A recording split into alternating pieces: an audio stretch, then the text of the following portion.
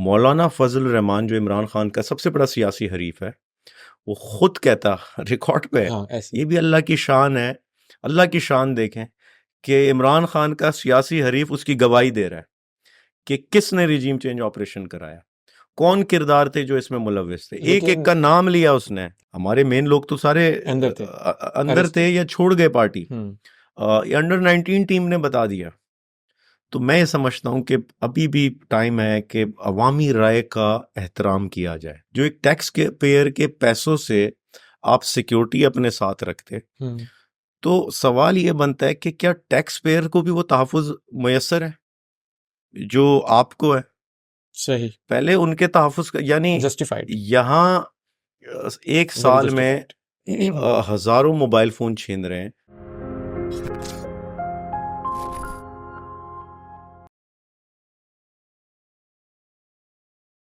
अस्सलाम वालेकुम ख़वातीन व हज़रात, थॉट एंड टेप की न्यू एपिसोड के साथ आज मैं आपके साथ मौजूद हूँ, ज़ैद कुंदन।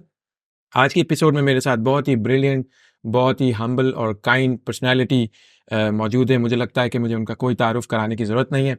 आई would like to welcome Alamgir Khan साहब। आलमगीर साहब, thank you very much for joining the जज़ाकल्लाह। Show at thought on tape. अच्छा सर जी, ऐसा है कि हम आज पूरी डिस्कशन को कवर करेंगे, right from your story, the fix it and your education, your career, early career before जी, politics, and that's and furthermore हम डिस्कशन और भी चीज़ों में लेंगे।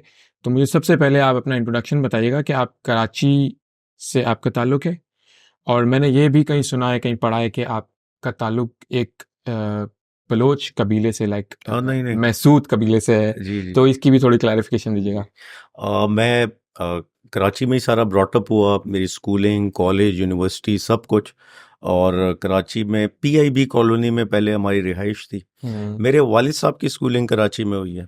ओके। मेरे ग्रैंडफादर कराची में अयूब खान के दौर में बीडी इलेक्शन हुए थे। ये बल्दियाती इलेक्शन थे उस वक्त, उसमें काउंसलर इलेक्ट हुए थे पीआईबी कॉलोनी आपके से, फादर, ग्रैंडफादर। ग्रैंडफादर। तो और कराची में ही हमारा बिजनेस 50s से है। पहले टिम्बर का था, फिर सीमेंट का था, फिर ऑटोमोबाइल में हमारे 80s में। ओके। तो और मेरा सब कुछ यही है। हाँ, ये ज़रूर है, मैं वज़ीरिस्तान से बिलोंग करता हूँ। ओके। मेरी जो ट्राइब है वो महसूद है। लेकिन मैं ख़ुद को कराची वाला समझता हूँ, क्योंकि मेरा उठना ब्रॉटअप बैठना और सारा ब्रिंग सब यहीं कुछ पे यही है। है। सही सही। और महसूद जो है वो पश्तून कबीला है, ना नॉट कि Baloch. Not okay Baloch. Okay. और तो ये है। अच्छा, मुझे, अच्छा, you are graduate from Iqra university, right? जी हाँ इन विच ईयर? सर, मैं पहले मैंने बीबीए कराची कैंपस से किया, इकरा जो कराची मेन कैंपस है। एमबीए के लिए मैं इस्लामाबाद, जो इकरा का कैंपस है इस्लामाबाद इस्लामाबाद में, में। इंटर कैंपस ट्रांसफ़र लिया। तो 2014 में वहाँ जब धरना शुरू हुआ, पीटीआई का जो 126 दिन का धरना था, तो मैंने वहाँ ट्रांसफ़र लिया ताकि मैं धरना भी अटेंड कर सकूँ और मेरी यूनिवर्सिटी क्लासेस भी चल सकें। तो 2014 में मैंने अपना एमबीए किया वहाँ से। अच्छा, आपने शिफ्ट 15 में, सॉरी 15। इंटर कैंपस ट्रांसफर सिर्फ धरने की वजह से किया? ऐसे ही है। अच्छा, वेरी नाइस। अच्छा, let's come into the fix it. Fix it को आपने कैसे फॉर्म किया और इसके पीछे क्या आइडियोलॉजी थी? सर, फिक्स इट 2016 में इसका आगाज़ हुआ। कराची में आपके सामने, अभी आप माइक लेके निकलें बाहर, लोगों से पूछें कि कराची आपके मसाइल क्या हैं, एक आम आदमी से पूछें आपका मसला क्या है, तो वो आपसे नहीं बोलेगा कि मेरा मसला हेल्थ का है, मेरा मसला एजुकेशन का है, फॉरेन पॉलिसी में ये हो गया, फाइनेंस पॉलिसी में ये चल रहा बिल्कुल, है। उसकी उस तक रीच भी बेचारे की नहीं हो वो सकती शायद। कहेगा मेरा गटर उबल रहा है, मेरा घर पे पानी नहीं आ रहा, मेरे घर के बाहर कचरा है। सड़क नहीं है। इन मसाइल में हम रह गए हैं। और फिर सबसे अहम चीज़ ये देखें, दूसरे शहर इसी मुल्क में, इस्लामाबाद कहाँ पहुंच गया, लाहौर कहाँ पहुंच गया। आप लाहौर में निकलें तो आप कराची वाला एहसास कमतरी में आ जाता है। ऐसे ही। जो डेवलपमेंट हुई है वहाँ पे, जो इंफ्रास्ट्रक्चर है वहाँ का, और यहाँ हमने बर्बादी की है। देखें ये क्यों अहम है कि ठीक है, बदअमनी थी एक वक्त तक, 100 लाशें गिरती थी, नोगो एरियाज बने हुए थे, नफरत की सियासत थी, और इसमें तमाम कराची की जो पॉलिटिकल पार्टीज थी उस वक्त की, वो सब मुलविस थी, सबके मिलिटेंट विंग्स बने हुए थे। जब अमन आया तो अमन के बाद अगला फेज तरक्की का होना है, जो कि नेचुरल है ऐसे ही। कि लेकिन क्यों, कौन रुकावट थी? ये नाअहल इदारे रुकावट थे, जो कराची के बल्दियाती इदारे थे, जो मिनिस्टर्स थे यहाँ के, जो मेयर बल्दियात के इलेक्शन के थ्रू मेयर का सेटअप आया, इन नाअहलों ने तरक्की आने नहीं दी और पैसा खाया इन्होंने। तो ऐसे में ज़रूरी था फिक्सिट का क़याम जो हमने किया, जो बेसिक आइडियोलॉजी थी कि जो ओवरलुक्ड इश्यूज़ हैं, नज़रअंदाज किए गए इश्यूज़ हैं, कैसे इनको मेन स्ट्रीम में लेकर आएँ। एक गटर का ढक्कन ना होना ये इशू ही नहीं समझा जाता। यानी लोग मर रहे हैं, एक्सीडेंट्स हो रहे हैं, बच्चे ऐसा भी हुआ है बच्चे की लाश 3 दिन तक एक वो मेनहोल में है, वर्षा ढूंढ रहे हैं, मिल नहीं रही लाश, बेशुमार 3 दिन इंसिडेंट्स बाद वो बिल्कुल मिलते, ऐसे हैं, बेशुमार इंसिडेंट्स। किसी को फर्क नहीं पड़ता। क्यों? कोई वीआईपी का बच्चा नहीं गिरता उसमें, किसी अहम आदमी का बच्चा नहीं होता, किसी अहम आदमी के इलाके में वो इशू नहीं होता। ये गोटों में ये मसाइल होते, कराची की कच्ची आबादियों में मसाइल होते। हमने उस मेन होल, जो खुला मेन होल होता, उसके साथ एक वीआईपी का खाका बनाया, एक वीआईपी को जोड़ा कि ये मसला भी वीआईपी बन जाए। एंड इट वाज टारगेटिंग, मुझे याद है गवर्नर उस टाइम चीफ मिनिस्टर थे कायम अली शाह साहब थे। ये हरगिज इनकी तजलील करना नहीं थी, उस इशू को मेन स्ट्रीम में लाना था, इनको मुतवज्जा करना था कि sir Karachi water and sewerage board की ये जिम्मेदारी है और KWSB आपके अंडर है, उसके मिनिस्टर्स को आप फंड करते हैं, क्यों नहीं ये मसला हल हो रहा। इसी अंदाज में इस शहर में कचरा मौजूद है, एक दिन में कोई हज़ारों टन कचरा प्रोड्यूस होता है इस शहर में, आप क्या कर रहे हैं, क्यों ये मसला हल नहीं होता। तो फिर हमने बारहा प्रेस कॉन्फ्रेंसेस की, किसी को जू नहीं रेंग रही थी। फिर सीएम हाउस के बाहर हमने डिमॉन्स्ट्रेशन की, वहाँ कचरा लेकर गए, फिर वो इशू मेन स्ट्रीम में आया। कुछ ही टाइम में सफाई मुहिम शुरू हो गई और बल्दियाती इदारे जो इनके थे वो नज़र आए फ़ोटो सेशन करते हुए वगैरह। मकसद सिर्फ ये है कि फिक्सिट के थ्रू हम इन इश्यूज़ को मेन स्ट्रीम में लाएं, और अब ताहाल आज भी हम इन्हीं इश्यूज़ पर काम कर रहे होते हैं। वो हेल्थ रिलेटेड हों, वो सिविक इश्यूज़ हों, सोशल इश्यूज़ हों। अच्छा, फिक्सिट के जो आपने बेसिकली जो आपने स्टार्ट लिया वो road management and the sewerage के ऊपर काम करना और सड़कें बनाना, और मैंने आपकी बहुत सारी वीडियोस मैंने कि सबने देखी हैं, आपके पास ट्रैक्टर्स हैं and you are driving by yourself and setting an example के काम किस तरह होता है। तो ये तो एक साइड हो गई फिक्सिट का जो आपने बताया। इसके अलावा फिक्सिट के और भी कोई प्रोजेक्ट्स हैं जो अभी चल रहे हैं? देखें, एक तो फिक्सिट का ये है कि हम जो भी एक्टिविटीज़ करते हैं वो ज़्यादा सिंबॉलिक होती। यकीनी तौर पे हम जो गड़े, जैसा आप बता रहे रोड रिपेयरिंग करते, वो लोगों की जान बचाने के लिए जो जानलेवा गड़े होते, पॉट होल्स होते, वो हम फिक्स करते। और लेकिन अहम जो जो जो सोशल मीडिया पे हम इसकी तशहीर करते, वो मकसद ये होता है कि इंतज़ामिया कहाँ है। जब ये नौजवान कर रहे हैं वॉलंटरीली, तो इंतज़ामिया क्यों नहीं कर रही। और हम उसमें बताते भी हैं कि इतने खर्चे में हमने इतना काम किया है। बजट भी आपने शो किया, नंबर्स भी शो किए आप। हम यानी अगर एक पॉट होल बनाते 4x4 का, उस पर हमारा 8-10 हज़ार खर्चा हो जाता। तो ये लोग क्यों नहीं कर सकते? नंबर 1। नंबर 2, ये जो आपने कहा हमारे दीगर प्रोजेक्ट्स, इसके अलावा जो हैं वो हम पानी के कुएं बना रहे हैं इस वक्त थरपारकर में, कहीं ज़्यादा जी पीने का पानी, बोरिंग करके समर पंप वहाँ इंस्टॉल करते, और कराची में भी काफ़ी किए हैं। इसके अलावा हमारा एक कंटेनर नस्ब है गुलशन इकबाल में, जहाँ हम 30 रुपए की मील देते सफ़ेद पोश तबके को, जो फ्री के दस्तखान पे बैठते हुए हिचकिचाते, या किसी से फ्री का खाना मांगते हुए हिचकिचाते, या ख़ुद को मुस्तहिक नहीं समझते इसका, तो वो एक रेस्टोरेंट के तर्ज पर आकर 30 रुपए में हमसे बेहतरीन मयारी खाना ले जाते। इसके अलावा रोड रिपेयरिंग करते, सफाई मुहिम चलती है हमारी। एक ऑर्फनेज है हमारा, orphan house, yes, Fixit family home के नाम से, मेमन गोट में इस्टेब्लिश्ड है। वहाँ इस वक्त बच्चों की कफालत की जा रही, और आप आएँ, विज़िट करें। हम सबसे कहते हैं कि आप आएँ, विज़िट करें, देखें कि बच्चों का कैसा ख्याल रखा जा रहा, ध्यान रखा जा रहा। सिमिलरली ये तमाम प्रोजेक्ट्स पेशावर में भी इस वक्त हमारी टीम वहाँ इस्टेब्लिश्ड है, और पेशावर में भी फिक्सिट फैमिली होम भी है, और इन तमाम प्रोजेक्ट्स पे वहाँ की टीम काम कर रही है। अच्छा, ऑर्फनेज हाउस जो आपने बताया, उसमें आपके पास कितने बच्चे अभी अंडर इस वक्त 33 बच्चे हमारे पास कराची में, और 18 बच्चे पेशावर में, और ईद के बाद इंशाल्लाह अल्लाह की मदद से हमने इसकी तादाद बढ़ानी है। अच्छा, फिक्सिट के फ्यूचर कोई प्रोजेक्ट्स हैं इसके अलावा? देखें फ्यूचर इस वक्त हमने रमज़ान में रोज़गार स्कीम शुरू की है सही है। और हमारा ये टारगेट है कि 100 लोगों को हमने रोज़गार फराहम करना और ये 50,000 से कम का छोटा बिजनेस सेटअप हमने लगा कर देना। स्टार्टअप टाइप हाँ स्टार्ट एंटरप्रेन्योरशिप। बिल्कुल। और साथ ही राशन ड्राइव चल रही है, हमारी राशन अच्छा। डिस्ट्रीब्यूशन ड्राइव है। कुछ 6,800 का एक राशन पैकेज है जो हम और जो ज़रूरतमंद हैं उनमें डिस्ट्रीब्यूट कर। तकसीम कर रहे हैं ओके। प्रॉपर वेरिफिकेशन के साथ।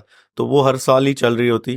तो मैं अल्लाह का लाख शुक्र अदा करता हूँ कि पिछले 8-9 माह में जो हालात थे तहरीक इंसाफ के तमाम लीडर्स के साथ, तो मैं खुद भी रूपोशी में था। फिक्सिट के तमाम मामलात भी बड़ा मोहतात अंदाज में चल रहे ओपनली थे। नहीं हो पा रहे मैं थे। खुद नहीं था ग्राउंड पे, सबसे बड़ा प्रॉब्लम ये था। तो लेकिन अल्लाह ने किया कि इस रमज़ान में लोगों ने हमारी बढ़ चढ़ कर सपोर्ट किया और मैं अल्लाह का लाख शुक्रगुजार हूँ कि वो चीज़ें फिर से ट्रैक पर आ गई और फिक्सिट पहले से ज़्यादा बेहतर फंक्शन कर रही है। Well, very very nice. अच्छा, फिक्सिट के एस्टैब्लिश से लेकर आपके करियर से लेकर और फिर बीइंग अ पॉलिटिशियन, आप टू 2018 से 2023 तक एमएनए रहे, राइट? सर तो थोड़ा सा ऐसा एक आइडिया क्रिएट होता है कि आपने फिक्सिट जो बनाया, जो फॉर्म किया, वो एक पॉलिटिक्स में आने के लिए एक कोई पाथवे डिजाइन किया, इट्स समथिंग लाइक दैट। या देखें मेरे भाई एक मेरे एंट्री पॉइंट बनाया कि पहले हाँ, फिक्सिट होगा और फिर एक देखें एक चीज़ समझें, मेरे नताइज आपके हर शक, शुबा, तंज, तनकीद के जवाब देंगे और वो नताइज के लिए थोड़ा सब्र करना होगा। आज मुझे एमएनए वैसे तो हम जीते हुए थे फॉर्म 45 पे, उस इन्होंने पे भी हम आते हैं, फॉर्म तफसील से 47 आते में हैं। हरवा दिया। लेकिन चले मैं आप कह ले कि मैं नोटिफाइड एमएनए नहीं हूँ इस वक्त। मैं आज भी सड़क पर हूँ, फिक्सिट आज भी मौजूद है, पहले से ज़्यादा फाल है, पहले से ज़्यादा काम कर रही है। तो अब तो मैं एमएनए नहीं हूँ, तो अब मैं क्यों कर रहा हूँ? That's a point. सर मैं वही कह रहा हूँ, जब मैं फिक्सिट फैमिली होम जो ऑर्फनेज हम बना रहे हैं, हमने 3 तलवार पे इसके लिए चंदा जमा कर रहे थे लोग, हर गाड़ी गाड़ी से हम उनसे रिक्वेस्ट कलेक्शन कर रहे किया थे है। पैसे के आप हमें फंड करें इस काम के लिए। तो उस वक्त भी लोगों ने बड़ी तंज और तनकीद की कि ये जो है पैसा खा जाएंगे, ये ऐसे हैं, ये वैसे हैं, वगैरह वगैरह। उस वक्त भी हमने कहा कि हमारे नताइज का वेट करें, सब्र करें, हमारे नताइज जवाब देंगे। आज अल्हम्दुलिल्लाह वो बच्चे आप आएँ देखें उनकी कफ़ालत कैसे की जा रही। तो मैं सिर्फ ये कह रहा हूँ, ये ओहदा, एमएनएशिप वगैरह ये बहुत छोटी चीज़ है। ये मकसद नहीं है, ये मेरे लिए कोई अचीवमेंट नहीं है। ये तो रास्ता है, आगे अभी बहुत लंबा सफ़र है, बहुत आगे पहुँचना है अल्लाह की ज़ात से, अल्लाह की मदद से। तो इंशाअल्लाह और रही बात फिक्सिट की, फिक्सिट ने पूरे मुल्क में फैलना है अभी। ये पूरे मुल्क में हर शहर में, हर ज़िले में पहुंचेगी, नौजवान ज्वाइन करेंगे इसको और ये अनकरीब होगा। तो ये बात करना ये पहले भी की थी। और मैं एक और चीज़ इसमें ऐड करूं कि पीटीआई में मैं 2009 से हूं। मैं पहले पीटीआई की जो स्टूडेंट ऑर्गेनाइजेशन है आईएसएफ में उसका हिस्सा था, इंसाफ स्टूडेंट फेडरेशन। मैं कराची में उसकी बुनियाद रखी। फिर मैं 2013 में मेन पीटीआई में इनकी मरकजी जो कैबिनेट थी उसका हिस्सा था मैं। लेकिन चूंकि मीडिया पे नहीं था, मंजर आम पे नहीं था, लोग जानते नहीं थे। फिक्सिट की वजह से 2016 में मैं मंजर आम पे आया और पीटीआई में इतना अरसा गुजारने की वजह से जो मेरे लिए मददगार चीज़ साबित हुई कि बड़ा एक्सपोजर मिला। 2009 में ये एक छोटी जमात थी, बल्कि हमारे जो मुखालिफ थे वो टांगा पार्टी कहते थे। तो उस छोटी जमात होने का मुझ जैसे नौजवानों को, और सिर्फ मैं नहीं, मुराद सईद केपी में उन्होंने आईएसएफ की बुनियाद रखी, पंजाब में हसन न्याजी, फ़ारूक हबीब इन्होंने बुनियाद रखी, सिंध में हमने बुनियाद रखी, मेरे साथ और भी नौजवान थे। हम लोगों को एक्सपोजर मिला इस पार्टी में, एक प्लेटफॉर्म मिला जहाँ इमरान खान के हम करीब, चूँकि पार्टी छोटी थी, हम जैसे नौजवान करीब रह पाते और उनकी सोबत से हमें बड़ी लर्निंग हुई और वो सब फिक्सिट में मुझे बड़ा फ़ायदेमंद साबित हुआ। That's very nice. अच्छा, ये आपने पॉलिटिक्स आपकी स्टार्ट हुई और सारी चीज़ें हुई और एंटी जो भी आपकी मुखालिफ जमातें थी वो सारी चीज़ें एक तरफ करते हैं। अभी जो आपकी करंट पॉलिटिकल स्टेटस है, जैसे कि आपने अभी मेंशन भी किया कि आप रूपोश थे, बहुत सारे लोग भी इस तरह आपकी तरह शायद रोपोश अभी भी जी होंगे, जी और बहुत सारे लोगों ने प्रेस कॉन्फ्रेंस की और पीटीआई से और इमरान खान से अपने आप को अलहदगी का जी खुलेआम ऐलान किया। किसी ने पार्टी छोड़ दी, किसी ने ओहदा छोड़ दिया, किसी ने सियासत ही छोड़ दी, जी जिसमें अली जैदी हैं, शौकत तरीन साहब हैं, फ़र्रुख हबीब साहब ने भी शायद अनाउंस किया था, और डॉक्टर शीरी मज़ारी हैं, फवाद चौधरी साहब हैं, इवन असद उमर साहब ने भी जी पार्टी और सियासत से अलहदगी इख्तियार करी। आपने भी मेंशन किया कि आप रोपोश थे और अभी मंजर आम पर दोबारा आ गए। आपने कोई प्रेस कॉन्फ्रेंस नहीं की, आपने खान साहब से अलहदगी का कोई इंदिया नहीं दिया, क्यों? आपको आपको क्या ऐसी सेफ्टी फील हुई थी? देखें, एक तो चीज़ ये है कि थोड़ा सा वियर्ड है बट है। नहीं नहीं नहीं, मुझे खुदकशी करने का शौक नहीं है। मुझे सियासी खुदकशी नहीं करनी। उसकी रीज़न ये है, देखें, इमरान खान के बगैर सियासत हो नहीं सकती, ये मेरा मानना है। मैं सियासत में आया इमरान खान की वजह से हूँ। मैं तहरीक इंसाफ में आया इमरान खान की वजह से हूँ। मैं इस मुश्किल मोड़ पे कैसे उसका साथ छोड़ दूँ? Number one. नंबर टू, ये देखें, रूपोशी में रूपोशी एक हिकमत अमली थी। वो इटसेल्फ कंडक्ट था, ऑफ वो कोर्स। इमरान खान की जानिब से दी गई थी हिकमत अमली, और सिर्फ मुझे नहीं, तमाम सबको लीडरशिप कहा को था। हिदायत थी कि किसी सूरत गिरफ्तारी नहीं देनी। यानी एक वक्त ये भी आया कि ये चीज़ ज़ेरे बहस आई कि शायद गिरफ्तारियां देने से कोई इस तहरीक में या इस सारे अवाम में हम जोश पैदा कर सके, अगर हम गिरफ्तारी दें, उनका कोई खौफ टूट सके अवाम का। लेकिन इस चीज़ को डिस्करेज किया गया कि ये किसी सूरत नहीं करना। आप जब तक बाहर हैं, आप ज़्यादा फ़ायदा पहुंचा सकते हैं इस ओवरऑल मूवमेंट को। तो ये हिकमत अमली थी, नंबर वन। नंबर टू, ये देखें, एक चीज़ समझें, बहुत से लोग टूटे, आपने जिनका नाम लिया, आप क्यों उनका नाम नहीं लेते जो खड़े हैं जेल में रहते हुए, शाह महमूद कुरैशी साहब हैं। जिन पर तशद्दुद भी हुआ, जिनके कारोबार तबाह करती है, जिनके घरों पर, रिश्तेदारों के घरों पर छापे पड़े। आप और कैंसर पेशेंट यास्मीन राशिद, यास्मीन राशिद साहब। कैंसर पेशेंट हैं, वो जेल में, वो तो नहीं टूटे। उमर चीमा नहीं टूटे। हमारी जो बहन है सनम, वो खड़ी रही। इसी तरीके से केपीके से शरियार आफरीदी, अली मोहम्मद खान, और मुराद कितने सलीम। लोग। कराची से हमारे सैकड़ों वर्कर्स जिनको गिरफ्तार किया, किसी को जैकबाबाद जेल भेजा, किसी को सांगड़ भेजा, किसी को कहीं भेजा, वो सब खड़े रहे। वो बहुत सारे अभी भी जेलों में हैं। कुछ हैं अभी, कुछ रिलीज हुए। कुछ हैं, अक्सर रिलीज हो चुके। अच्छा। लेकिन मकसद ये कि एक तो ये इख्तियार किसी की वापसी का जो अक्सर सवाल होता है हमसे कि कौन वापस आ सकता है, ये इख्तियार इमरान खान का है। और इमरान खान खुद ये कहता कि अगर मैं इनकी वापसी करूं तो मैं उनको क्या जवाब दूंगा जो खड़े रहे, जो खड़े रहे। प्रिंसिपल बात है, बिल्कुल। तो उनको क्या जवाब दूंगा जिन्होंने सहा ये सब कुछ। तो ये अहम बात है। रही बात, प्रेशर सब पे था।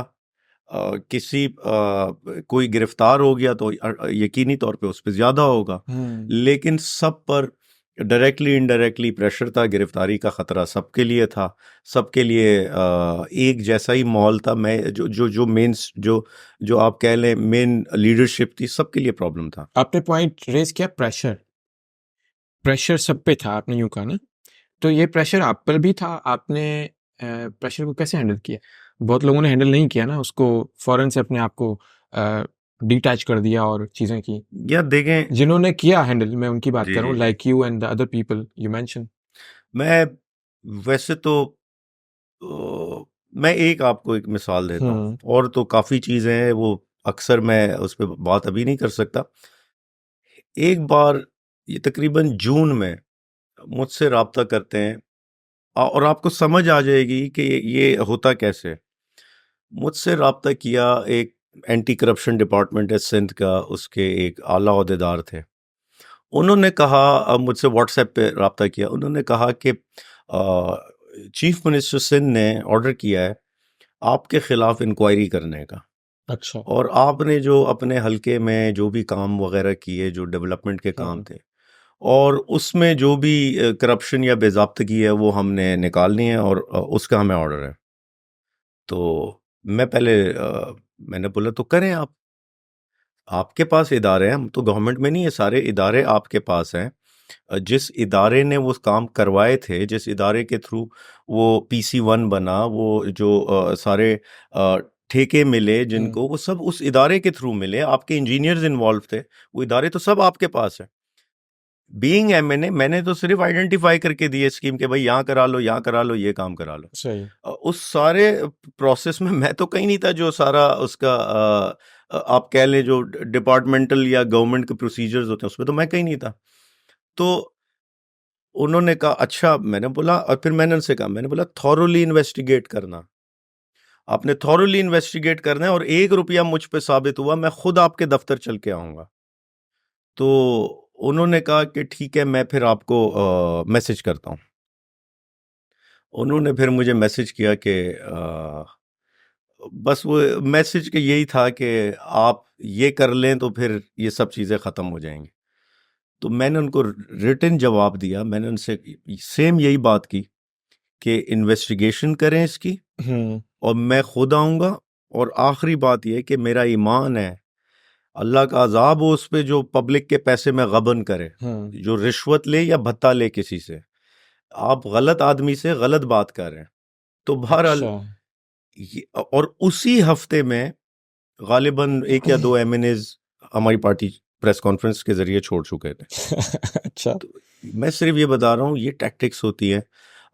अगर आपका ईमान ये हो कि यार जिंदगी मौत अल्लाह के हाथ में है, इज्जत जिल्लत अल्लाह के हाथ में, रिस्क अल्लाह के हाथ में, और अल्लाह से ही आप मदद के तलबगार हो, तो बहुत सी चीजें आप सह सेटल सकते हो हैं, जाती है। डाइजेस्ट कर सकते हैं।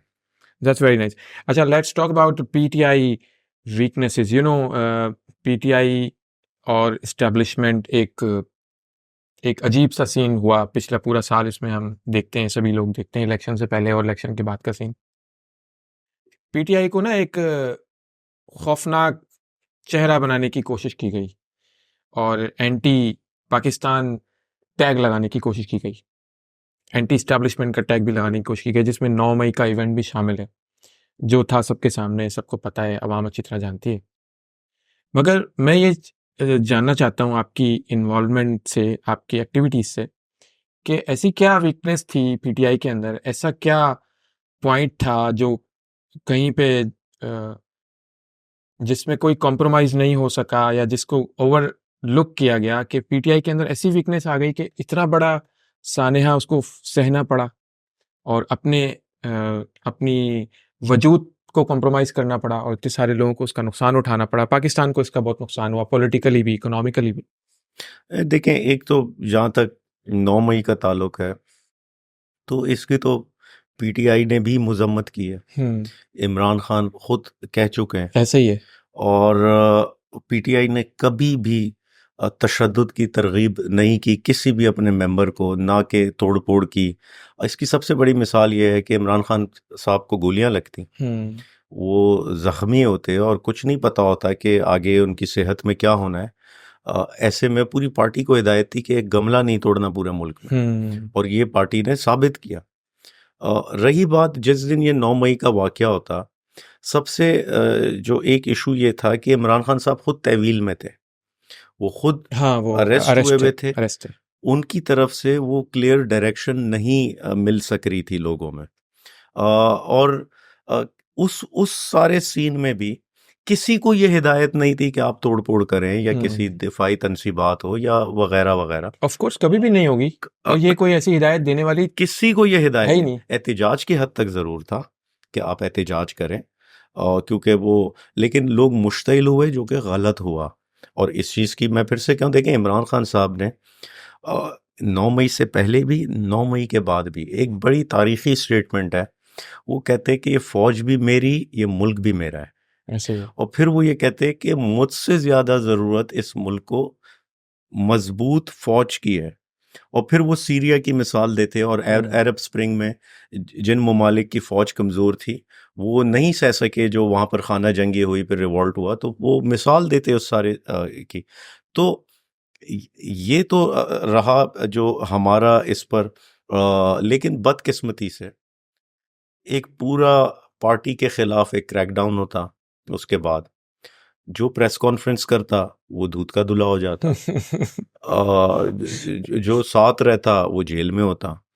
तो ये सारी चीज़ें, लेकिन फिर भी देखें आज भी एक जिम्मेदार पार्टी रुकन की हैसियत से, और ये मैं पूरी पार्टी का बयानिया बता रहा हूँ आपको, कि हम आज भी ये चाहते हैं कि फ़ौज और अवाम में कोई फासला ना रहे, हम वो किरदार अदा करें, एक मुस्बत सोच लेकर आए, हम आहंगी लेकर आए, को एग्जिस्ट करें, और इंशाल्लाह जल्द आपको नज़र आएगा, जल्द ये चीज़ें बेहतरी की तरफ जाएंगी। क्योंकि देखें, ये हो नहीं सकता कि वो इदारा जिसकी वजह से इस मुल्क में दहशतगर्दी का सामना भी रहा है इस मुल्क को पिछले अदवार में, और इसी इदारे ने वो सब चीज़ें काउंटर की, तो इस इदारे के बगैर इस मुल्क का मुस्तकबिल नहीं है। तो जहाँ तक बात है इदारे की, तो हम ने पूरी वो कोशिश करनी है कि ये फासले, ये खला ख़त्म हो, और are you working on it? और जल्द ये होगा। पूरी पार्टी इस पर काम कर रही है, पूरी पार्टी इस पर काम कर रही है कि ये फासले ख़त्म हो और ये एक पेव हो। ये फासले बिल्कुल ख़त्म हो, और हम तो इस पर काम कर रहे हैं। Okay, very nice. अच्छा, बहुत बार खान साहब ने मल्टीपल प्रेस कॉन्फ्रेंसेस में और मीडिया टॉक्स में इलेक्शन से पहले मल्टीपल टाइम्स खान साहब ने मेंशन किया कि अभी इलेक्शन करा लें और रिजल्ट देख लें। अब बहुत ही स्ट्रॉन्ग कॉन्फिडेंस उन्होंने शो किया कि इलेक्शन कौन जीतता है, एक स्टेटमेंट था उनका और एक कॉन्फिडेंस था।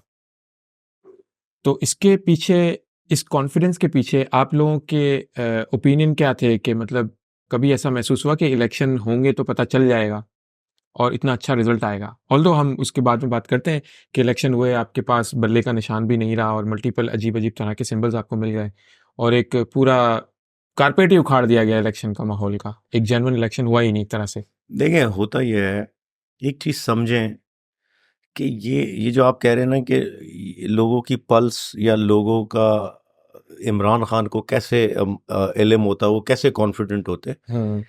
9 अप्रैल को हमारी गवर्नमेंट गिराई जाती, रिजीम चेंज होता, 2022। 10 अप्रैल को अवाम सड़कों पर आ जाती, तारीख रकम करती अवाम हर शहर में। इमरान खान कॉल नहीं देता अवाम, कॉल नहीं थी, बिल्कुल ऐसे ही कॉल नहीं थी। कराची में मिलेनियम मॉल पे आपने देखा जो मंजर था, मतलब बड़ा वो एक तारीखी चीज़ थी कि फैमिलीज निकल कर आ गई। ये क्यों हुआ? देखें, ये इसलिए होता, अगर हुकूमत गिरा के हमसे बेहतर लोग आ जाते तो फिर लोग कहते कि ठीक है, ये तो पीटीआई वालों से ज़्यादा पीटीआई बेहतर वाले है, अच्छे नहीं थे, ये मुल्क में ज़्यादा बेहतरी लाएंगे। जब आप हमें गिरा कर उनको ले आते जो कन्विक्टेड हैं, जो मुजरिम हैं, जो रिजेक्टेड हैं, जो और उनको पूरा 5-6 साल वो कोर्टों में नैब के केसेस में अवाम को नजर आए और मुल्क से भागे हुए हैं, तो ये सब चीज़ें जब वो लोग आ जाते, अवाम खौफ में आ जाती कि ये क्या मुस्तकबिल है हमारा। और फिर तमाम तर जो जमातें हैं जो एक दूसरे को गालियां देते नहीं थकती, वो सब एक हो जाती और पीडीएम की एक शक्ल बन जाती। तो ये चीज़ों ने लोगों को खौफजदा किया और इसीलिए लोग बदज़हनी का शिकार हुए। जो लोग भी, अच्छा एक और चीज़ अहम है कि हमसे कहा जाता है ना कि आप लोग कहते हैं कि फला इस्टेब्लिशमेंट या वो पीडीएम को सपोर्ट कर रही थी, आप इसको साबित करें। और लोगों की बदज़हनी का सबब भी यही सब बना कि पीडीएम हुकूमत में आ जाती तो इस्टेब्लिशमेंट का क्या किरदार था। मैं नहीं कहता, इमरान खान नहीं कहता, मौलाना फजल रहमान जो इमरान खान का सबसे बड़ा सियासी हरीफ है, वो खुद कहता, रिकॉर्ड पे है। हाँ, ऐसे ये भी अल्लाह की शान है। अल्लाह की शान देखें कि इमरान खान का सियासी हरीफ उसकी गवाही दे रहा है कि किसने रिजीम चेंज ऑपरेशन कराया, कौन किरदार थे जो इसमें मुलविस थे, एक एक का नाम लिया उसने। हाँ, लेकिन ये इन्होंने बहुत बाद में किया, ये उनका एक अपना पॉलिटिकल मूव था। देखिए, बाद में किया क्या पहले किया या 10 साल बाद करते, चीज रिकॉर्ड पे आ गई है। जो इमरान खान कह रहा था और जो अगले जुटला रहे थे, वो सियासी हरीफ वो खुद उस चीज को एक्सेप्ट करता और पब्लिक करता। तो मेरा ख्याल है इससे बड़ी गवाही कोई नहीं। अच्छा, इलेक्शन से पहले एक कंफ्यूजन था, इलेक्शन से एक हफ्ता पहले तकरीबन एक बिल्कुल कंफ्यूजन था जब बल्ले का निशान जो है वो सिस्टम में से हटा दिया गया था। कंफर्म था कि बल्ले का निशान तो है ही नहीं, तो भाई अब कौन सा निशान है। तो पीटीआई का बड़ा अच्छा मूव था, सोशल मीडिया का मूव था, जिसमें they take a big decision कि इमरान खान की जो फेसबुक आईडी है उससे जो है आप अपना कॉन्स्टिट्यूंसी का नंबर डालते हैं और अपना निशान मालूम कर लेते थे, और बहुत लोगों ने किया। और मैं फिगर दूंगा आपको उसके। इसके बाद जो डिसीजन हुआ है लोगों के दिमाग में वोट देने के लिए, जो वोटर रेडी हुआ है, मुझे ऐसा लगा ये चीज़ अगर ना होती तो शायद वोट के वो नंबर्स ही ना होते, क्योंकि लोगों को पता नहीं था। ऐसे लोगों को खास जानबूझ के जब ब्लाइंड किया गया था तो ब्लाइंड हो चुके थे, लेकिन इस ब्लाइंडनेस को कितना तरीके से आप लोगों ने तोड़ा, विच इज़ रिमार्केबल, और इसी के नंबर्स का इफेक्ट आया है। सर देखें, एक चीज समझें, जो हम बार बार कहते, लोग हमसे कहते थे कि यार आप दीवार से सर मारें, इलेक्शन लड़ने से पहले आप दीवार से सर मारे। वो दीवार से सर मारना क्यों? जमीनी फैसले कुछ और थे, आसमानी फैसले कुछ और थे, और हम आसमानी फैसलों पर उम्मीद लगाए बैठे थे। और हमें ये ज़रूर पता था कि अल्लाह की मखलूक में क्या इस वक्त सोच है, क्या फ़िक्र है, वो तो नज़र आ रहा था। इन्होंने हमारे कागज़ अप्रूव नहीं होने दिए, कागज़ छीन बहुत रहे थे। रुकावटें जब आई, हम कागज़ जमा जानबूझ करा के रहे थे, आई। कागज़ छीन रहे थे, आरओ कागज़ रिजेक्ट कर रहे थे। मेरा हल्के का जो आरओ है वो मुझसे आज दिन तलक नहीं मिल रहा है। अच्छा, आज दिन तलक वो दरवाजे को ताला लगाए मुझसे मिलता नहीं है, जो मेरा राइट है बीइंग कैंडिडेट। मेरे इलेक्शन एजेंट से भी नहीं मिलता। इन्होंने हमें बैनर पोस्टर नहीं लगाने दिया, झंडा नहीं लगाने दिया, रैली जुलूस नहीं करने दिया, इमरान खान की कहीं फ़ोटो नहीं लगा सकते हम। हमारे कैंडिडेट्स, हमारे वर्कर्स पर मुकदमे बने, एटीसी के मुकदमे, घरों पे छापे मारे। दूसरी सियासी जमातों को फ्री हैंड था, फ्री हैंड था, सबके पास फ्री वो हैंड था, कैंपेन भी कर रहे हैं, अरबों रुपए लगा कागजात रहे हैं, जमा हुए वगैरह हुए थे, वगैरह। निकले हुए थे, सब कुछ हुआ मकसद, हुआ था। अच्छा, इसके बाद हमारा इंतखाबी निशान छीन लिया, और इस मुल्क का जो सबसे बड़ा इंसाफ देने वाला इदारा है, वो इंसाफ के तकाजे जो भी होते हैं, बहरहाल हमसे ज़्यादती की गई कि हमारा सिंबल छीना, हमारी पार्टी को बिल्कुल इलेक्शन के काबिल नहीं छोड़ा। वरना बैट का सिंबल होता तो हमारे लिए कैंपेन कोई मसला ही नहीं था। कोई मसला नहीं था, कैंपेन तो ऑलरेडी थी, हुई हुई हाँ, थी। फिर आरओ, मैं जैसे बताया, हमसे मिलता नहीं, वो जान के इन्होंने बैंगन का निशान मुझे दिया, हाँ, सिर्फ इसलिए कि ये अवाम में रुस्वा हो, तमस्खर उड़े, मजाक उड़े। चारपाई, बैंगन, इस तरह के अच्छा, निशान दिए गए। सबसे चलो बैंगन मुझे देता, मेरे नीचे जो एमपीए के कैंडिडेट्स थे उनको भी बैंगन दे देता, हमारे लिए आसानी होती कि एक सबके लिए पूरे जनरल हो पैनल का जाता। एक है निशान। एक एमपीए को टी शर्ट दिया, दूसरे एमपीए को आंख का निशान दिया, इंसानी आंख, तीसरे को बैज जो लगाते हैं, और मुझे बैंगन। अब इतना बड़ा मुसीबत, इतना कंफ्यूजिंग कि हम लोगों को समझाएंगे कैसे। लेकिन ये जमीनी फैसले थे। वैसे it was a fantastic move जो उसके सोशल बाद मीडिया मूव था। उसके बाद जब इन चीज़ों से भी दिल नहीं भरा, तो आखिरी दिन इन्होंने टर्न आउट कम करने के लिए नेटवर्क बंद कर दिया, हाँ, जिससे हमें बड़ी परेशानी हुई। पोलिंग एजेंट्स और जो हमारे लोग कैंप्स पर लोगों को वोटर पर्ची बना रहे थे, उसमें बड़ा प्रॉब्लम आया हमें, क्योंकि इंटरनेट की इंटरनेट ज़रूरत नहीं थी। था। वो हम सारा डाटा उनको दे रहे थे। लोगों ने जहाँ कैंप्स मौजूद होते, जिसका घर पीछे होता, जिसका ऑफिस पीछे होता, उन्होंने अपना वाईफाई के पासवर्ड दिया हमें कि आप इससे पर्ची, इससे ये बता कनेक्ट देंगे। करें, पर्चियाँ बनाएं। तो जो बात की आपने, फेसबुक का जो वो बॉट सर्विस थी, जो रिप्लाई चल रहा था, सर 8 फरवरी से एक हफ्ते पहले का हमें डाटा आया उसका। कराची से हर हलके से ऑन एवरेज 19,000 लोगों ने उस पर मैसेज किया था कि हमारे रिस्पेक्टिव हलके से कौन कैंडिडेट है, क्या उसका द ओनली क्या वे आउट ये क्या बचा हुआ सिंबल है। था। 19, और ये 8 फरवरी तक 25 से 30,000 ऑन एवरेज हो गया होगा। 30,000 को मल्टीप्लाई करें 3-4 से, एक फैमिली में 3-4 वोट तो होते हैं। अच्छा, लाहौर में इसका डबल था, अच्छा। जो हमारे पास डाटा आया था। जब ये डाटा आ गया, हमने बोला बस हमारी कैंपेन हो गई है। और इस दौरान हमारे जो खवातीन थी, जो हमारी यूथ थी, ज़बरदस्त इन्होंने किरदार अदा किया। इन्होंने हमें बैनर पोस्टर तो नहीं लगाने दिए, लेकिन हमारी खवातीन पैम्फलेट लेके एक एक घर में डोर टू डोर कैंपेन कर रही थी। एक एक घर हमारा पैम्फलेट पहुंचा, एक एक घर हमारा निशान पहुंचा है, और ये पूरे कराची में हुआ। ऐसे ही। और फिर अल्लाह की शान ये है कि हम पे सबसे ज़्यादा तनकीद ये होती थी, यार इनकी ऑर्गेनाइजेशन कहाँ है, कराची में स्पेशली, इनकी तंजीम कहाँ है, ये लोग तो इलेक्शंस तो तंजीम से होता है। सर 22 नशिस्तें कौमी असम्बली की कराची में, 20 नशिस्तें हम क्लेम करते हैं फॉर्म 45 पे, रिकॉर्ड पे है। रिकॉर्ड पे। वो ऐसा नहीं कि मैं ज़बानी कह रहा हूँ, और हमारे पास रिकॉर्ड, और हम ट्राइब्यूनल में लेकर गए। 20 नशिस्तें हम जीते हुए हैं, और 20 नशिस्तों के मोर देन 90% फॉर्म 45 हमारे पास मौजूद है, फिजिकल मौजूद है, फिजिकल मौजूद है, और ये हमारे पोलिंग एजेंट्स लेकर आए वहां से। जो लीगल वे है। मैं मिसाल दूं, मेरे हलके में 294 पोलिंग स्टेशन हैं, 1200 लोग पोलिंग एजेंट्स मर्द खवातीन हमें चाहिए, और हर सियासी जमात को चाहिए कि वो वहां पे अपने पोलिंग एजेंट्स रखें और वो फिर वहां से रिजल्ट लेकर आए।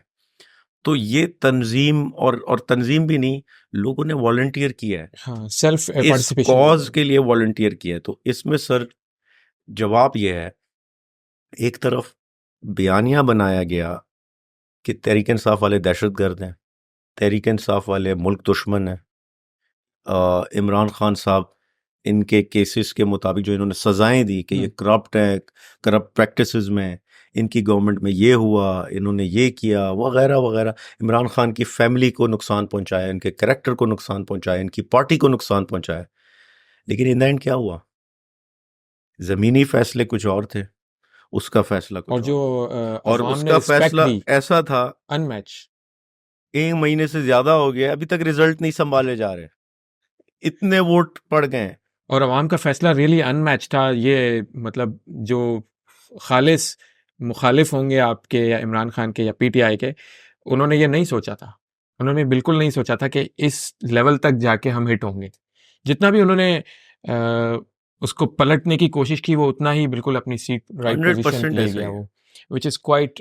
अगर इन्होंने ये असेस किया होता ना पहले, ये फॉर्म 45 के लिए भी कोई रुकावट हमारे लिए पहले से प्लान करते, बिल्कुल इनकी असेसमेंट में ये नहीं नहीं था, था, जब भी इसीलिए तो हम फॉर्म 45 लेकर आ गए। और आज दिन तक वो फॉर्म 45 इनके लिए एक प्रॉब्लम है, क्योंकि वो लीगल लीगल डॉक्यूमेंट है। डॉक्यूमेंट है। बिल्कुल, ये लीगल डॉक्यूमेंट कभी ना कभी तो अपना स्टेटस दिखाएगा और कहीं ना कहीं जाके इसमें इंशाल्लाह फेस हो जाना है। अच्छा, फर्दर हम देखते हैं कि 21 अप्रैल 2024 को, यानी कि next month, you are suppose to arrange a जलसा on title to Imran Khan को रिहा करो, राइट, समथिंग लाइक दैट।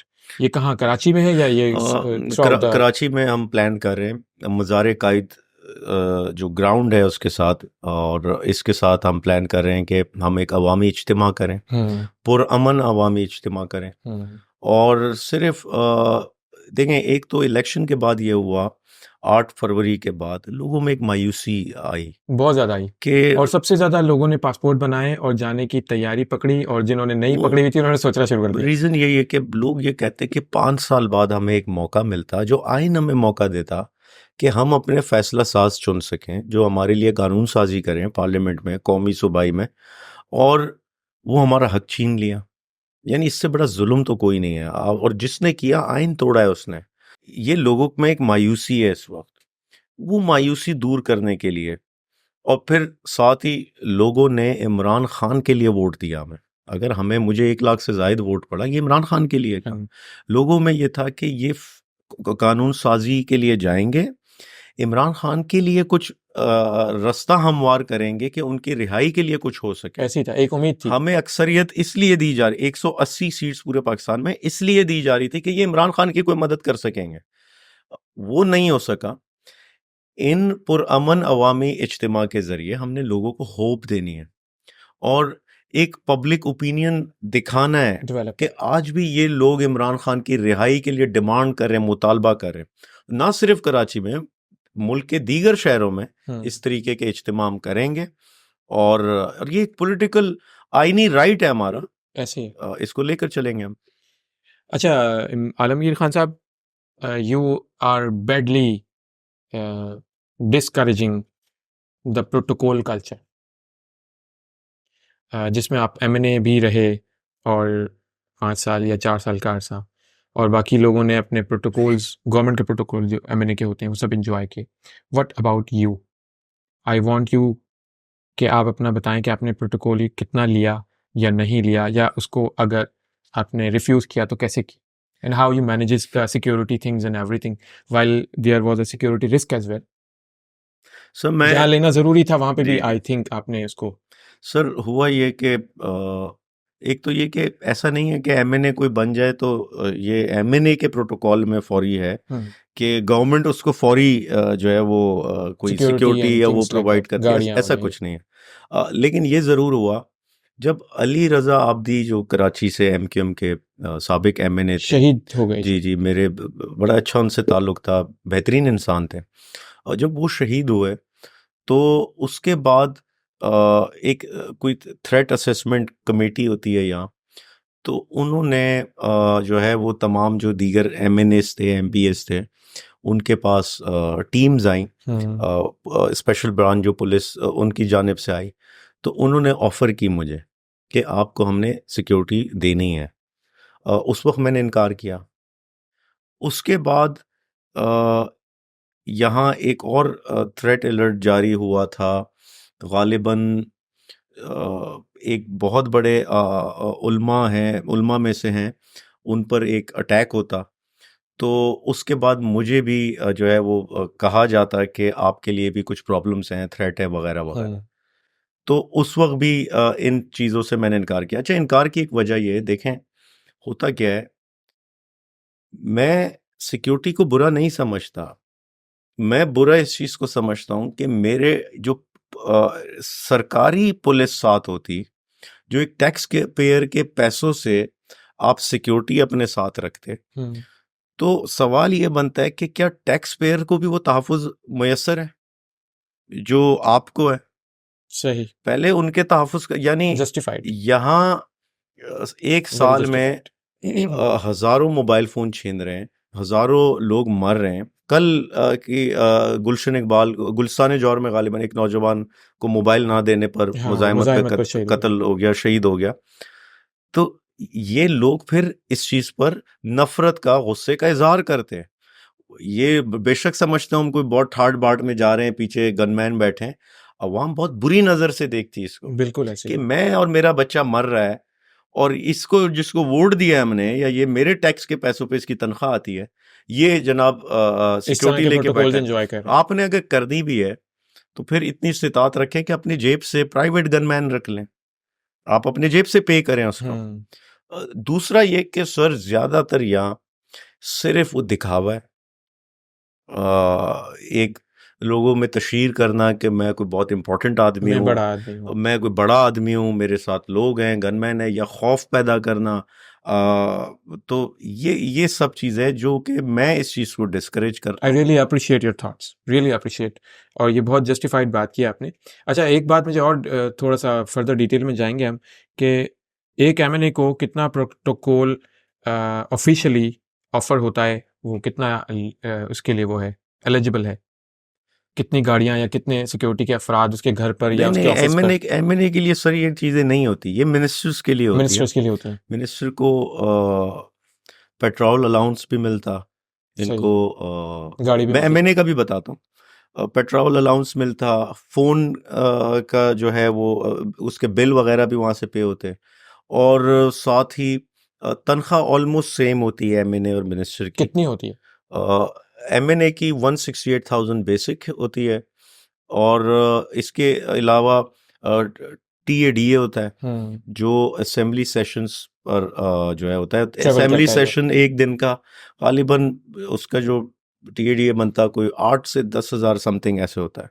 तो अगर असेंबली सेशंस ज़्यादा होते तो ये तनख्वाह 2.5-3 लाख तक पहुंच जाती है। अगर वो किसी महीने नहीं भी होते तो बेसिक सैलरी 168,000 है जो ओके। मिलती है, और साथ ही जो ट्रैवलिंग अलाउंस है वो एमएनए को मिलता। अच्छा, वो वेरी करता कि अगर आप कराची में होते, क्योंकि वो लॉन्ग डिस्टेंस ज़्यादा ज़्यादा है। डिस्टेंस है, तो आपका ट्रैवलिंग अलाउंस ज़्यादा होता। वेयरएज़ अगर इस्लामाबाद का एमएनए है तो उसका कुछ भी नहीं होता, लाहौर वाले का कराची वाले थोड़ा से कम कम है। होता। सही। तो इस तरह वो वेरी होता।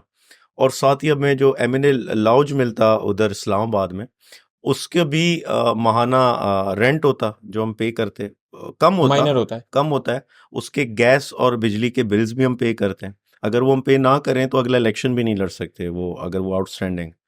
तो ये सारी चीज़ें ज़्यादा प्रोटोकॉल वगैरह पर्क्स प्रिविलेजेस वो मिनिस्टर्स के मिनिस्टर्स को लिए, मिलते हैं। वो मिनिस्टर्स के लिए, एमएनए के लिए इतनी नहीं है। मिनिस्टर्स के लिए कितने? If we talk about particularly security and गाड़ियाँ और डाले गाड़ियाँ जी जी। और उसके साथ जो सिक्योरिटी गार्ड्स हैं, गनमैन्स हैं, अच्छा, इसमें भी ये 2 डिपेंड गाड़ियाँ आगे करता, चल रही हैं, 2 गाड़ियाँ ये पीछे चल रही डिपेंड हैं, साइड करता में 6 चल रही हैं। किसकी मिनिस्ट्री की क्या अहमियत है। अच्छा, ये भी वैरी करता है। कुछ मिनिस्ट्री ऐसी होती है जिसमें जिसको कहते हैं अमीर मिनिस्ट्रियां हैं, जिसमें पैसा ज्यादा है। मैं मिसाल दूं, जैसे पोर्ट एंड शिपिंग है। पोर्ट एंड शिपिंग में अब केपीटी का इदारा आता है। सही है, बड़ा इदारा है।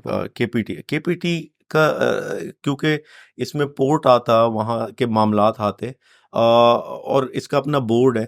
ये बड़ा रेवेन्यू जनरेटिंग इदारा है। मैं आपको मज़े की बात बताऊं, केपीटी का जो हेड है, सीईओ है, इसके जो ड्राइवर है, इसके ड्राइवर की सिर्फ कोई 2.5 से 3 लाख तनख्वाह है। ये उस टाइम, जी, 2.5 से 3 लाख तनख्वाह है उसकी। एक ड्राइवर की सैलरी है जी हाँ, ये इतना माशाल्लाह वेल्दी इदारा है।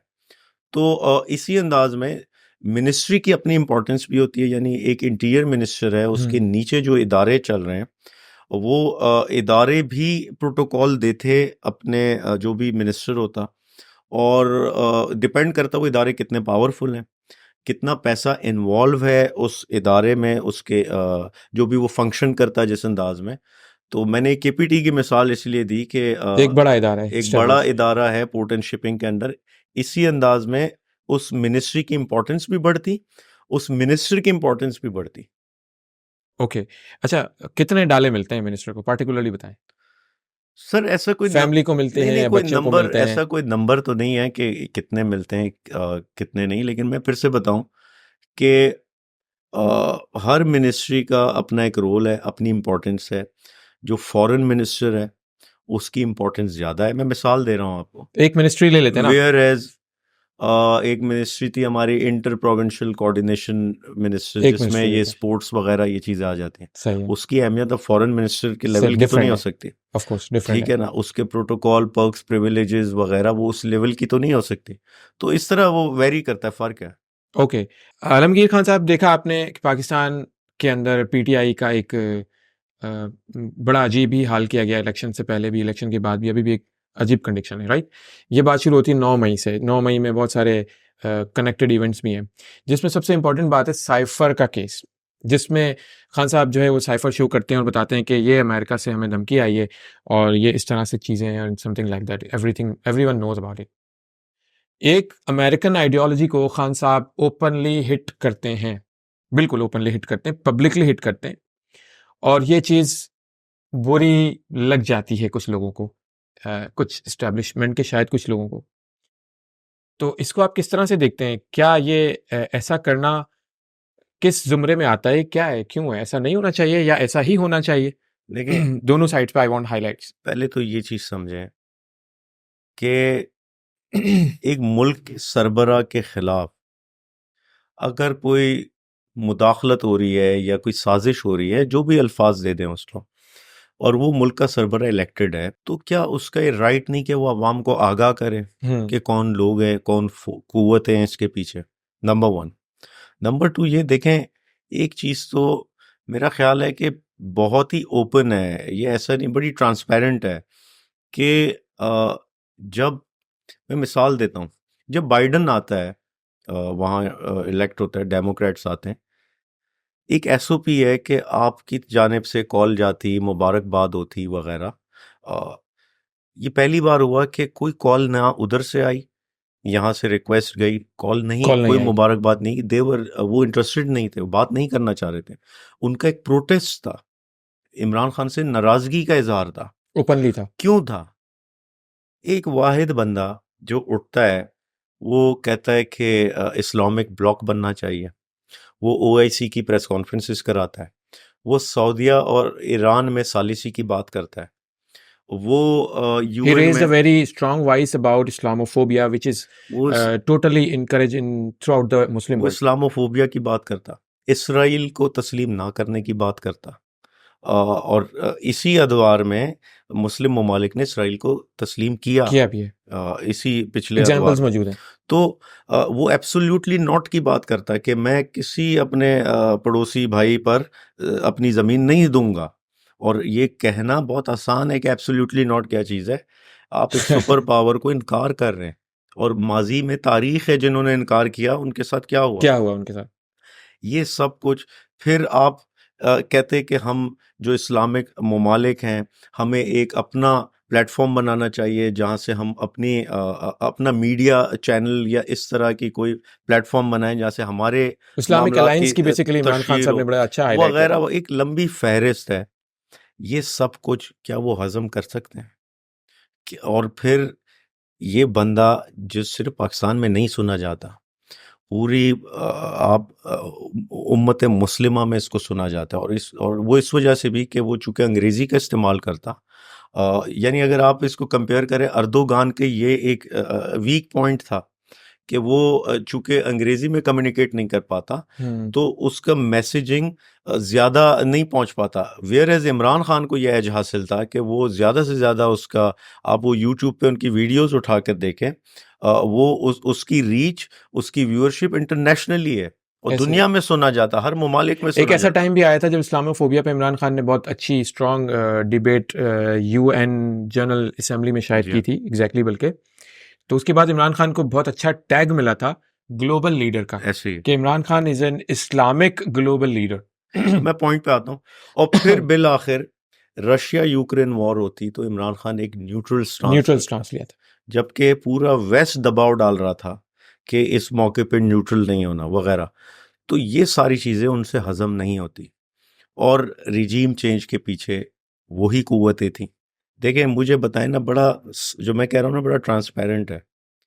यहाँ एक तरफ हमारे लोग मुनहरिफ हो रहे हैं, उन मुनहरिफ अरकान से अमेरिकन काउंसलेट के ऑफिशियल्स मिल रहे हैं, ओपन मिल रहे हैं। क्या ज़रूरत पड़ गई है ऐसे टाइम में आप उनसे मेल मिलाप कर रहे हैं, खुली कचहरियां कर रहे हैं उनके साथ, हमारे मुनहरिफ लोग। और हम और जो लोग जो भी हमारे खिलाफ अलायंसेज हो रहे हैं उनसे वो जाके मिल रहे हैं।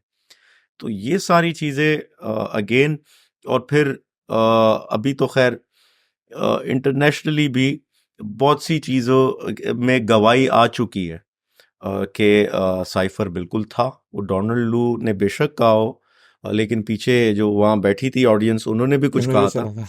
तो मैं समझता हूँ तारीख इन चीज़ों को साबित करेगी। और अल्हम्दुलिल्लाह दिन ब दिन इमरान खान का स्टांस, मौक़िफ़, वो अवाम में पहले भी पजीराई थी लेकिन अब साबित हो रहा है। Let's not forget about the Istehkam Pakistan party. बहुत सारे पीटीआई के खफा या रिजाइन लोगों ने उसकी तरफ राब्ता किया, बल्कि वो पार्टी शायद बनाई ही इसीलिए गई थी कि जो स्पेयर किया जाएगा इन लोगों को यहाँ से, तो उनको कोई अपॉर्चुनिटी दी जाए ताकि वो अपना तो कुछ धंधा करे ना।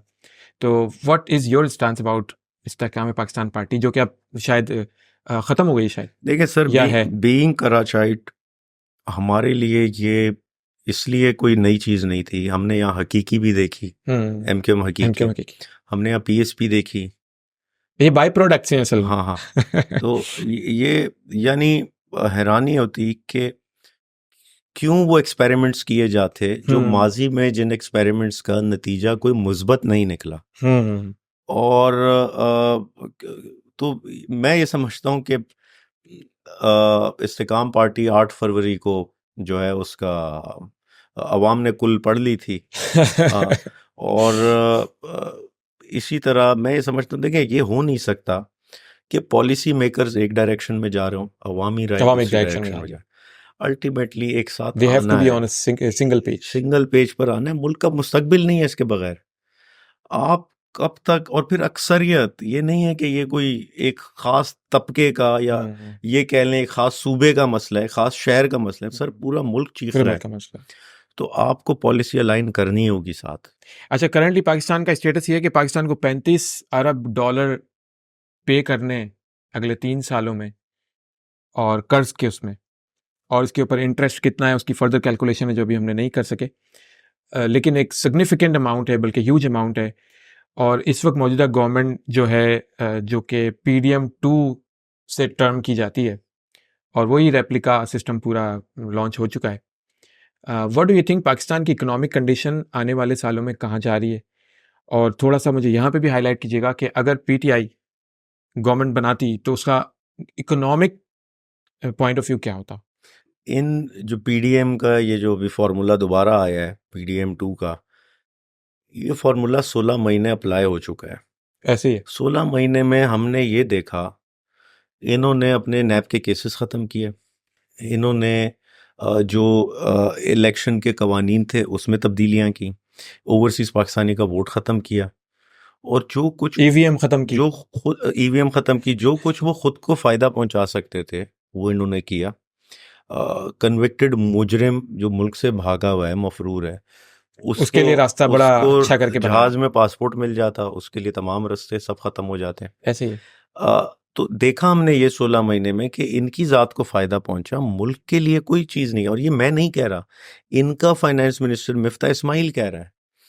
वो ये कहता है कि आईएमएफ से जब मैंने सब कुछ लॉक कर दिया था, जो भी डील थी, इसहाक डार, और उसी वक्त में इसहाक डार को लाया गया। आईएमएफ के साथ जो भी मामला थे उसमें डिलेज हुए, जिसकी वजह से मुल्क को नुकसान हुआ, महंगाई बढ़ी, वगैरह वगैरह, बहुत सारी चीजें हुई। तो आप क्या एक्सपेक्ट करते हैं कि ये लोग जो पिछले आप एक्सपेरिमेंट कर चुके हैं, आगे क्या नया होगा? तो मुझे तो कोई उम्मीद नहीं। फिर दूसरी चीज़ ये देखें, बैक टूवर्ड्स होने जा रहा है। दूसरी चीज़ ये, मैं स्पेशली कराची की बात करूं, जब आप डमी फैसला साजों को भेजेंगे असेंबली में, जिसको अवाम ने वोट नहीं दिया, जो चौथे पांचवें नंबर की जमात है, जिनके हर हलके में बामुश्किल 5-6 हज़ार वोट थे, जब वो जाएंगे उधर, अवाम से उनका ताल्लुक नहीं, वो अवाम के हक में क्या फैसले करेंगे? वो तो यही। अच्छा, इसकी सबसे बड़ी मिसाल ये है, पूरी कैंपेन इन्होंने की एमक्यूएम वालों ने कि हम जरदारी से कराची के हकूक लेंगे। पूरी कैंपेन इस चीज़ पे थी। इनका ड्यूरिंग कैंपेन एक कारकुन शहीद हो गया और वो उसके हकूक भी जरदारी से वो मांग रहे थे। और ये जब फॉर्म 47 पे इलेक्ट हुए, अगले दिन जरदारी को वोट देकर आ गए, वोट देकर आ गए, सदर बनवा दिया उसको। बिल्कुल बिल्कुल ऐसे ही तो ये इनके किरदार है। मैं सिर्फ ये कह रहा हूँ, असूली सियासत तो आप एक्सपेक्ट ही ना करें ना इनसे, कि कोई असूल होगा, कोई मौक़िफ़ होगा, कोई मुतालबे होंगे, कुछ नहीं कोई है। कॉम्प्रोमाइज ना होने वाली चीजें होंगी। ये यहाँ पे तो हर चीज कॉम्प्रोमाइज हो जाती है, और अल्टीमेट इस चीज को कॉस्ट बनाया जाता है कि हमें जो है वो इक्तदार की कुछ चीजें हमें मिल जाएं तो we will be happy for that. अच्छा, अवामी ग्राउंड से मेरे पास एक सवाल आया आलमगीर खान साहब, सॉरी हम थोड़ा एक्सटेंड कर रहे हैं सर। चीज़ों को। Thank you very much for a good responses, बहुत अच्छे पॉजिटिव रिस्पॉन्सेज मुझे मिल रहे हैं। जज़ाकल्लाह। अवामी लेवल से मुझे सवाल ही आया कि खान साहब जो थे उन्होंने इक़्तिदार में अपने 4 साल कुछ टाइम गुजारा, 2018 से लेकर 22 सम सॉर्ट। उनको कराची ने बहुत बड़ा वोट दिया, और कराची के लोगों ने मोहब्बत से वोट दिया, उनको चाहत से वोट दिया। बहुत सारे ऐसे नौजवान थे जिन्होंने फर्स्ट टाइम वोट देना सीखा था, और वो सिर्फ इमरान खान को देकर आए। मेरे पास भी ऐसी बहुत सारी एग्जाम्पल्स हैं, आपके पास भी होंगी। लेकिन वो फौरी तौर पर डिसअपॉइंट हो जाते हैं इमरान खान के जाने के बाद कि 4 साल तक इमरान खान साहब कराची से हमारे लिए आए और हमने उनको बड़ा अच्छा वो दिया, बट कराची में उनका कोई इम्पैक्ट नज़र नहीं आया in terms of water, in terms of Karachi के इंफ्रास्ट्रक्चर के projects, in terms of Karachi के अंदर एजुकेशन, और बहुत सारे दीगर जो पेंडिंग प्रोजेक्ट्स थे, नए तो छोड़ दें, जो पेंडिंग प्रोजेक्ट्स थे उन पर भी कोई काम खान साहब की तरफ से नहीं हुआ। यार देखें, एक चीज़ समझें, जो मैं अक्सर माजी में और स्पेशली जब बल्दियाती इलेक्शन थे, बार बार एक चीज़ बताई, 18th अमेंडमेंट के बाद जो इदारे हैं वो डिवॉल्व होके सूबे के पास आ गए। सूबों का इख्तियार बढ़ गया और वफाक का इख्तियार कम हो गया, सिंपल उर्दू में। 100%। यहाँ पे बदकिस्मती से सिंध में गवर्नमेंट पीपल्स पार्टी की है, उस टाइम भी थी। यहाँ फेडरल गवर्नमेंट डायरेक्टली कोई काम नहीं कर सकती, ठीक है? या तो आपने पीपल्स पार्टी के साथ मिलके काम करना होगा, या इनको फंड करना होगा। सही है। अगर आप कहते हैं मिलके काम करना होगा, तो आसिफ जरदारी को हमने जेल में रखा हुआ था, फरियाल तालपुर साहिबा जेल में थी, और इनकी दीगर लीडरशिप नैब के केसेस में उस वक्त जेल में थे। तो आप क्या एक्सपेक्ट करते हो मिलके काम करेंगे हमारे साथ? दूसरी तरफ इनको फंड करने का मकसद ये है कि आपने किसी काले कुएं में पैसे डाल दिए इनको, क्योंकि इनकी 17 साल की यही तारीख है। उसके बावजूद आपको याद होगा, जिस पे बड़ी तनकीद भी होती कि 1100 अरब रुपए का पैकेज इमरान खान ने ऑफर किया, इमरान खान ने अनाउंस किया था। उसका मैं तफसील बता दूं, 1100 अरब रुपए में 650 से 650 अरब रुपए वो थे जो फेडरल गवर्नमेंट डायरेक्टली यहाँ काम कर रही थी, जिसमें ग्रीन लाइन प्रोजेक्ट था जो अभी फंक्शनल है, जिसमें K4 का मंसूबा था, जो डाबी जी से कराची में पानी आना है एडिशनल, कोई 250 मिलियन गैलन पर डे, वो उसके इंफ्रास्ट्रक्चर पे काम होना था। तीसरा सर्कुलर रेलवे का काम था जो कि शुरू हो चुका था, फिर हमारी गवर्नमेंट बदकिस्मती से वो गिरा दी उन्होंने, वो अभी भी खुदा पड़ा है उसी तरह। इसके अलावा नालों की सफाई थी, महमूदाबाद नाला, गुज्जर नाला, औरंगी टाउन नाला, इसकी कंस्ट्रक्शन की, नालों की सफाई की, आप जाकर देखिए पूरा रिहैब किया है। अब सवाल ये है, और इसके अलावा एक रेलवे का मंसूबा है जो इसमें शामिल था। सवाल ये है, इस मुल्क के किस शहर में प्राइम मिनिस्टर नालों की सफाई या नालों की कंस्ट्रक्शन करता है? ये तो लोकल गवर्नमेंट्स का मैंडेट है। ये लोकल गवर्नमेंट का काम है। ये बात देखें, अवाम का ये बिल्कुल ठीक बात है कि अवाम हमसे कहती कि हमने आपको वोट दिया, अब आप हमारे नुमाइंदा हैं। सर 100% हम आपकी नुमाइंदगी वहाँ, एक तो ये कि मैं हमेशा ये कहता, मैं आपका नुमाइंदा हूँ, मैं जहाँ आपका काम डायरेक्टली कर सकता हूँ, जो मेरा इख्तियार है वो मैं करूँगा, वो मैं आपका मुलाजिम नौकर की तरह करूँगा, और कोई एहसान नहीं करूँगा, जैसे मुलाजिम करता है वैसे करूँगा। जहाँ मेरा इख्तियार नहीं है वहाँ मैं लड़ूंगा आपके लिए। और मैं अपनी बात करूँ, हमने लड़ाई लड़ी है। मैं एमएनए होते हुए 3 तलवार पे सिवरेज के लिए लड़ रहा था, और जेल, एक दिन में 2 बार जेल में डाला इन्होंने। और असेंबली पे मैं जब उठा, माइक मेरा जब ऑन हुआ है, मैंने कराची इश्यूज पे बात की, और यानी बल्दियाती इश्यूज पे बात की, जो कि, और नेशनल असेंबली में जब आप बल्दियाती इशू लेके जाते हैं, ये भी बड़ा अहम पॉइंट है, स्पीकर चैम्बर की जानिब से वो रिजेक्ट हो जाता है कि ये तो सूबाई सब्जेक्ट है, ये आप कौमी असेंबली में क्यों लेकर आ, इररिलेवेंट करा देते हैं। इररिलेवेंट है यहाँ, ये आप उसके बात करें सूबे में, ये तो यहाँ मौजू ही नहीं है, हो ही नहीं सकता, इस टॉपिक पे बात ही नहीं हो सकती। फिर भी हम करते थे। मकसद ये, लोगों को एजुकेट करने के, जो मेरा काम है, मैं बीइंग पॉलिटिशियन, हमने लोगों को एजुकेट करना है किसका क्या डोमेन है। एमएनए का डोमेन क्या है? एमएनए का काम ये सड़कें बनाना, टूटियां लगाना, पानी के या सीवरेज के मसाइल हल करना, उसकी डोमेन, उसकी जॉब डिस्क्रिप्शन नहीं है। उसका काम है कानून साजी करना। ये काम है नाजिमीन का, जो लोकल गवर्नमेंट होती, मेयर का, या फिर जो लोकल गवर्नमेंट का मिनिस्टर है सूबे में, ये उसका इख्तियार है, क्योंकि इदारे उसके पास हैं। Karachi water and sewerage board, जिसका काम है पानी देना, सीवरेज का मसला हल करना, वो इनके पास है। बारिश की सूबे सफाई के करना, पास है। नाले सफाई करना, ये सब नाले शामिल है। सफाई करना, डीएमसी केएमसी इनके पास है। सड़क की तामीर करना, डीएमसी केएमसी इनके पास है। ज़मीनों के मास्टर प्लान या प्रोजेक्ट्स बनाना, वो इदारे इनके पास है। केबीसीए और केडीए, सॉलिड वेस्ट मैनेजमेंट, जो इसका काम है कचरा सफाई करना, वो इनके पास है। तो ये सब चीज़ें इख्तियार इनका है। और जब बीइंग एमएनए मैं इन इदारों को इंगेज करके काम करवाता था, लेकिन वो इदारे मेरे मातहत नहीं है। वो अगर काम नहीं करेंगे, मैं इनको ना हटा सकता हूँ ना लगा सकता हूँ किसी को, वो सूबाई गवर्नमेंट कर सकती है। तो ये चीज़ समझना ज़रूरी। और ये चीज़ भी बड़ी अहम है कि मुझे बताएं ना, अच्छा लाहौर में हमारी सूबाई गवर्नमेंट थी, वहाँ हम जिम्मेदार थे। पेशावर में हमारी सूबाई गवर्नमेंट थी, वहाँ हम जिम्मेदार थे। वहाँ हमसे ये सवाल बनता है, अगर कोई तनकीद करता है, जायज़ करता है। लेकिन यहाँ हमारी गवर्नमेंट नहीं, बदकिस्मती से। अच्छा, लोग कहते हैं आप तो इलेक्शन में कहते थे कि ये मसाइल आप फिक्स करेंगे, तो इलेक्शन तो हम इसलिए लड़ रहे थे कि सूबाई गवर्नमेंट भी हम बनाएंगे भाई। हम इलेक्शन इसलिए थोड़ी लड़ रहे थे कि मुराद अली शाह यहाँ पे हमें मुसल्लत हो जाए। हम तो पूरे सूबे में कोशिश कर रहे थे, लेकिन बदकिस्मती से वो आ गए। हमने ऑपोजिशन का किरदार अदा किया और वो करते रहेंगे। In a summary we need to understand कि जो जिस एरिया में जिसका डोमेन है, अवाम को, नौजवानों को उसी एरिया में, उसी डोमेन में उनको अकाउंटेबल करना चाहिए। जो खान साहब की जिम्मेदारी है या जो फेडरेशन सेटअप की जिम्मेदारी है वो अलग है, और जो लोकल गवर्नमेंट है, लोकल जिम्मेदारियां हैं, सड़कों से लेकर लाइटों से लेकर बारिश के पानी से लेकर, ये फेडरेशन का काम नहीं है, ये लोकल का काम है। We need to understand this, that's very important point.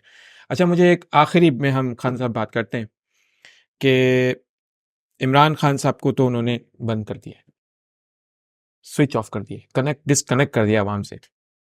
What is your PTI's, बल्कि पीटीआई का फर्दर मूव क्या होगा अगर जब तक इमरान खान साहब नहीं है, तो गवर्नमेंट में उनका क्या रोल होगा, अपोजिशन में उनकी क्या स्ट्रेटजीज होंगी, और किस तरह से लेके सिस्टम को चलना है? क्योंकि अवाम का जो मैंडेट आपको मिला हुआ है उसको कायम तो रखना है ना, अगले टर्म में भी तो इलेक्शन लड़ना है ना। देखिए, एक तो किसी सूरत इमरान खान स्विच ऑफ नहीं है। इमरान खान अपेरेंटली ऐसा है, Imran of Khan course apparently ऐसा है। इमरान खान की मैसेजिंग आती। इमरान खान पहले से ज़्यादा पुरज़म है, मोटिवेटेड है, और बल्कि वो बार बार ये कहते हैं कि मुझे वक्त मिल रहा है किताबें पढ़ने का, हाँ हाँ मुझे वक्त मिल रहा है हाँ, सेल्फ स्टडी करने का। अपनी असेसमेंट करने का भी, और साथ ही कुरान का तर्जुमा वो पढ़ रहे हैं। तो वो कह रहे हैं मुझे वक्त मिल रहा है जो पहले नहीं था जो मेरे नहीं मिल पास। सकता था। और उनकी परेशानी सबसे बड़ी ये थी कि मुझे एक्सरसाइज के लिए कोई जगह या प्रॉपर वो नहीं मिल रहा, इक्विपमेंट। तो आप सोचे इस कैरेक्टर का, इस पर्सनैलिटी का मालिक है वो शख्स।